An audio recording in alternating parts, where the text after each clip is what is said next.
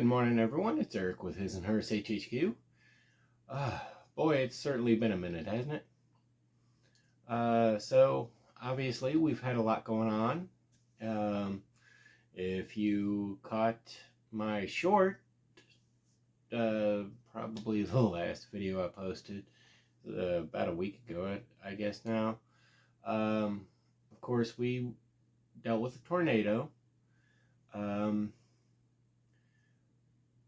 And my brother is still in the hospital. Every time it seems like he's picking up, there's a little bit of bad news. He's got a blood clot they can't seem to quite get rid of, and with 2 autoimmune disorders, the doctors and my brother are fighting an uphill battle. He's got a heck of a wife, fantastic sister-in-law, and she's helping him battle through that. I know the thumbnail is a couple of models, but we'll get to those in a second. So we've, like I said, we've had a lot going on, and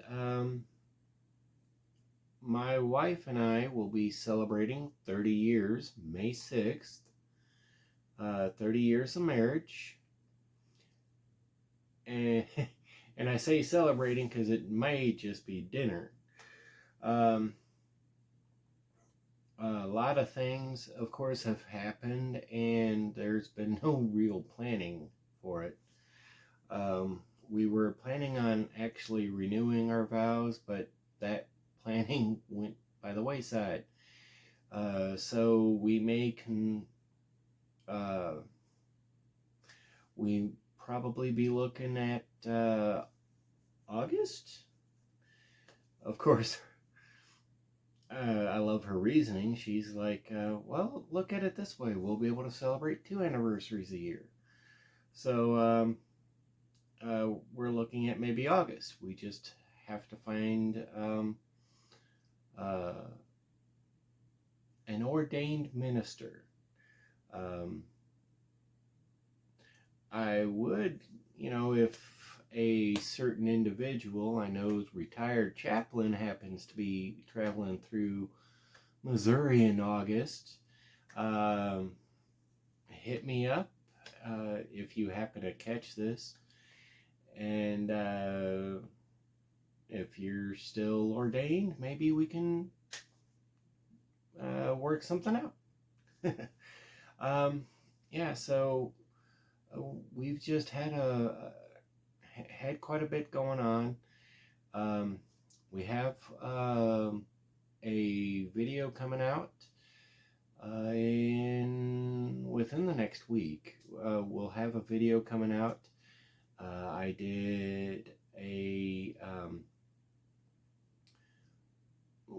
sponsored build. A wonderful company reached out to me and asked me to review one of their products and do a build-up of it, and I did the whole build-up. If you happen to follow me on TikTok, there are 7 or 8 TikToks that can be kind of lengthy. They start off black screen, but if you click on them, you'll understand why. You'll hear my wife actually reading portions of the story that comes on the back of this box. And this wonderful company, they call it a wooden puzzle, a 3D puzzle. As someone in the modeling community, I consider it a wooden model. And it's automata, and it functions. It's a wonderful piece. So be sure to check it out, because I did a build up of it straight out of the box, so you can see what it looks like, and how well it works, just straight out of the box. And then, because they asked me to do to make it my own, that's what I did. So you'll get to see a build up straight out of the box, and, well, my own rendition of it. So be sure you check that out. That'll be coming up.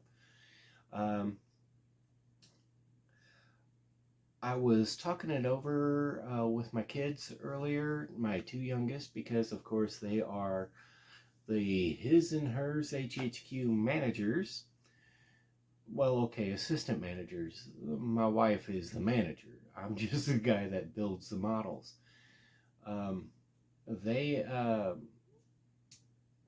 We were discussing my lack of ability of being able to attend model shows. And, well, we have a wonderful community center nearby that I could rent out for a weekend. Definitely not immediate, because it would be a little costly on my end, but we were discussing it'd be really neat to host a model show in this community center, and I think I could make that a weekend long event. Invite all of you, invite vendors and whatnot, maybe a handful of vendors initially, to try and recoup some of the cost of the venue. But it's, I mean, I don't know exactly how that works. I know a couple of people that actually rent out the community center once a year for a local, they call it ExtremeCon. And you know, they've been really helpful and insightful on answering a lot of my questions. So, you know, I'll keep getting with them, find out exactly how that whole process works, and get with the city. And so maybe in a year or two, His&Hers HHQ may be hosting a model show. So, you know, who knows? We'll see what happens. Yeah, so again, we've had a lot going on, and but I've got a couple of stash ads, and I didn't want to lead off with those, and then everybody click off the video and say, okay, we saw a stash ads, that was cool. I know a handful of you watch the video all the way through, and I can be long-winded sometimes. I'm already hitting 8 minutes. So I'm going to get to the model. So I'm sorry I strung you along for a second. I just trying to update you a little bit. So first off, it's model related, but it's not a model. And I kind of saved that from the thumbnail, but I picked this up. I don't know how well you can see it. And the reason why I got this is specifically so I could disassemble them. There are bits and bobs and pieces in here that I intend to use for my retro futuristic sci-fi steampunk / diesel punk World War II dioramas.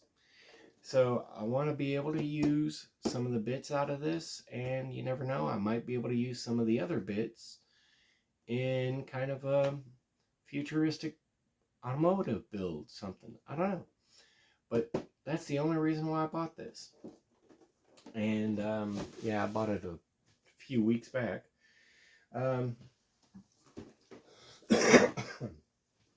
Second, definitely a model. 71 Dodge Demon. I'm going to do a short unboxing of it, and this will definitely get its build up. At some point in time, when I open it up, I might use some of the bits and bobs for some of the other stuff I've got going on. Which I'm actually in touch with a fantastic modeler, and he's part of a big model group, and I'm getting some really fantastic tips and tricks that I plan on using on both my Dodge D50, which I did a brief on that a couple of videos ago, and the senior tribute build. So, I should be getting the decals this week for that one. But I have some thoughts. My brain's going a few places here and there for the Terry's build, and we'll see where that goes. But last, certainly not least,